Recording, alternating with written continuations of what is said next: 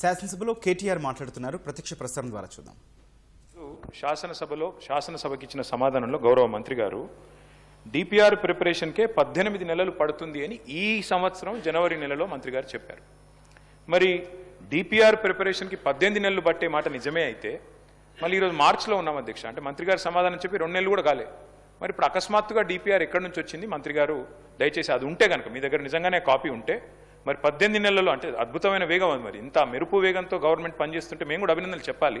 కాబట్టి డిపిఆర్ 18 నెలల్లో తయారవుతుందని చెప్పి 2 నెలల్లో చేసిన ఈ చమత్కారం ఏదైతే ఉందో ఆ డిపిఆర్ దయచేసి సభ ముందు పెట్టాలి, సభ్యుల ముందు పెట్టాలనేది ఫస్ట్ డిమాండ్ సార్. ఎందుకంటే ఇది ప్రభుత్వం ఇచ్చిన సమాధానం అధ్యక్ష.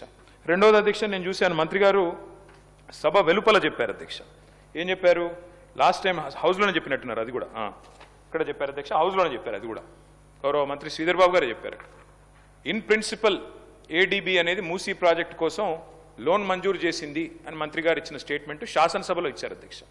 సో ఫస్ట్ డిపిఆర్ మీరు చెప్పండి మంత్రి గారు, తర్వాత శాసనసభలో మీరు చెప్పిన మాట ఏడీబీ ఫండింగ్ అని మేము నిజమేమో అనుకున్న తర్వాత మేము కూడా ఏడీబీ వారిని అక్కడ మూసీ జనాందోళన్ అని ఒక సంస్థ ఉంది అధ్యక్ష, ఎంజేఏ అని, వారు ఏడీబీ వారిని అడిగారు. అడిగితే ఏడీబీ వారు చెప్పిన సమాధానం అధ్యక్ష నేను మంత్రి గారు కూడా పంపిస్తా. వారు ఏం చెప్పారంటే జనవరి 23 నాడు ఏడీబీ ఇచ్చిన సమాధానం అధ్యక్ష. ఏం చెప్పారు? No ADB financing approved and no DPR submitted by MRDCL. This is ADB's response. Asian Development Bank చెప్తున్న మాట ఏంటంటే తప్పు, ఇన్ ప్రిన్సిపల్ అప్రూవల్ లేదు, ఏ అప్రూవల్ లేదు, ఇంతవరకు ఏడీబీ అప్పే ఇవ్వలేదు అని చెప్పి కుండబద్దలు కొడుతూ మాకు డిపిఆర్ సబ్మిట్ చేయలేదు, డిపిఆర్ సబ్మిట్ చేయింది పైసలు ఆడికెళ్ళిస్తామని చెప్పి ఏడీబీ చెప్పిన మాట నేను మంత్రి గారికి పంపిస్తాను, వారు చూసుకోవాలి. అయితే మళ్ళీ ఏమన్నా జనవరి నుంచి మరి ఈ హౌజు ఇప్పుడు మార్చిలో జరుగుతుంది కదా, ఈ లోపల ఏమన్నా డెవలప్మెంట్ అయిందా అని చెప్పి మార్చి 11 నాడు మళ్ళీ ఒకసారి ఇదే సంస్థ వాళ్ళు అసెంబ్లీ ప్రారంభం అవుతుంది కదా ఏమైనా డెవలప్మెంట్ ఉందా అని చెప్పి పోయినారు అధ్యక్ష. పోయితే మళ్ళీ మార్చి 11 నాడు ఏడీబీ ఏషియన్ డెవలప్మెంట్ బ్యాంక్ ఇచ్చిన లెటర్ అధ్యక్ష. ఏం చెప్పారు అధ్యక్ష అందులో? Status remains unchanged since our meeting with your group on 23rd జనవరి. అంటే 23rd జనవరి ఏ మాట అయితే చెప్పారో, ఏ లోను మంజూరు చేయలేదు, మాకు ఏ డిపిఆర్ గవర్నమెంట్ సబ్మిట్ చేయలేదనే మాట, దాని ప్రకారమే ఏడీబీ మళ్ళొక్కసారి ఈ నెల 11వ తారీఖు నాడు స్పష్టంగా ఉత్తరం రాసింది. ఇది కూడా నేను మంత్రి గారికి పంపుతున్నా. దయచేసి మంత్రి గారు కరెక్ట్ చేసుకోవాలా.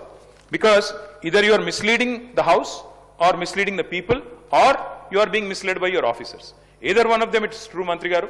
ఏడీబీ ఇంతవరకు ఇన్ ప్రిన్సిపల్ ఇయ్యలేదు, మీరు డిపిఆర్ ఇయ్యలేదు, మీ దగ్గర డిపిఆర్ లేదు. 18 నెలల్లో తయారవుతుందన్న డిపిఆర్ 2 నెలలు ఎట్లా తయారైంది అధ్యక్ష? మూడోది, వీరికి ఈ సంస్థ మీద ఎందుకు ప్రేమనో మాకు అర్థమైతలేదు అధ్యక్ష. ఎందుకంటే ముఖ్యమంత్రి గారేమో 16,000 కోట్ల రూపాయలతో అయిపోయే ప్రాజెక్టుకు 1,50,000 కోట్లని ముఖ్యమంత్రి అనౌన్స్ చేసింది, నాది కాదు. Telangana CM announces 1.5 lakh crores beautification project for Musi. Telangana government to spend 1.5 lakh crore on Musi river front beautification. In rupees 1.5 lakh crores beautification for Musi, Telangana CM.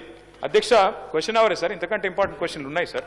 అధ్యక్ష 1,50,000 కోట్లని ఇక్కడ చెప్తున్నారు అధ్యక్ష. మరి మంత్రి గారి సమాధానంలో మొదటి ఫేజ్లో 4-5 కోట్లని చెప్తున్నారు.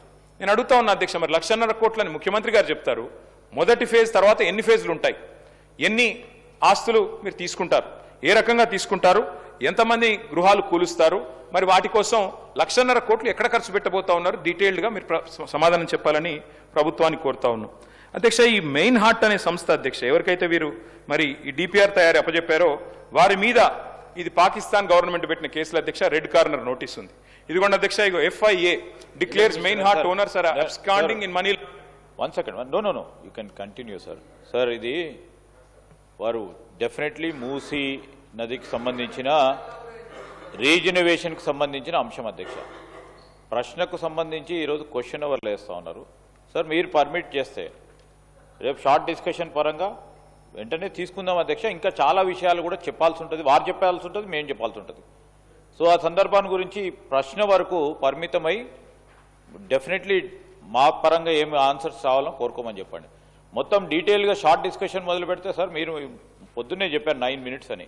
9 minutes కాకుండా ఇంపార్టెన్స్ ఉంది కనుక 10 minutes 11 minutes 12 minutes ఇవ్వండి అధ్యక్ష. We are ready to answer it. But ఇంకా డీటెయిల్గా పోవాలంటే please allow for a short discussion sir if you permit. Speaker sir, నేను ఎక్కడ కూడా క్వశ్చన్ నుంచి డీవియేట్ కాలేదు సార్. వారు మంత్రి గారు 1,400 స్ట్రక్చర్స్ పోతాయన్నారు.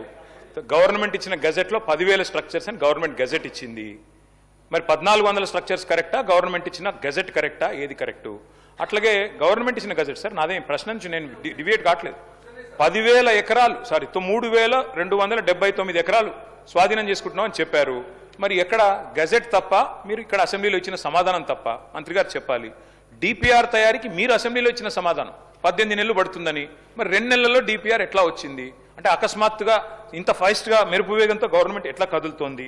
అట్లాగే అధ్యక్ష ఇంకొకటి, అసలు 1,50,000 కోట్ల బడ్జెట్ అని ముఖ్యమంత్రి గారు చెప్పిన తర్వాత దీనికోసం ఈ రోజు గవర్నమెంట్ 5,000 4,000 కోట్లని ఎట్లా, మరి 1,50,000 కోట్ల 4-5 ఎట్లా తగ్గించారు? అదేం చమత్కారం చేశారు? దాంతోపాటు అధ్యక్ష, మరి మంత్రి గారు చెప్తున్నారు ఇది 1,435 స్ట్రక్చర్లు ఐడెంటిఫై చేశాం. ఏ బేసిస్లో ఐడెంటిఫై చేశారు? మంత్రి గారేమో, మరి నేను మొన్న ఆర్డీఓ గారు చెప్పింది చూశాను, రాజేంద్ర నగర్ ఆర్డీఓ, 50 మీటర్ల బఫర్ జోన్ అని ఒకవైపు చెప్తారు, 50 మీటర్ల బఫర్ జోన్లో ఉండే వాళ్ళని తీసుకుంటామంటారు.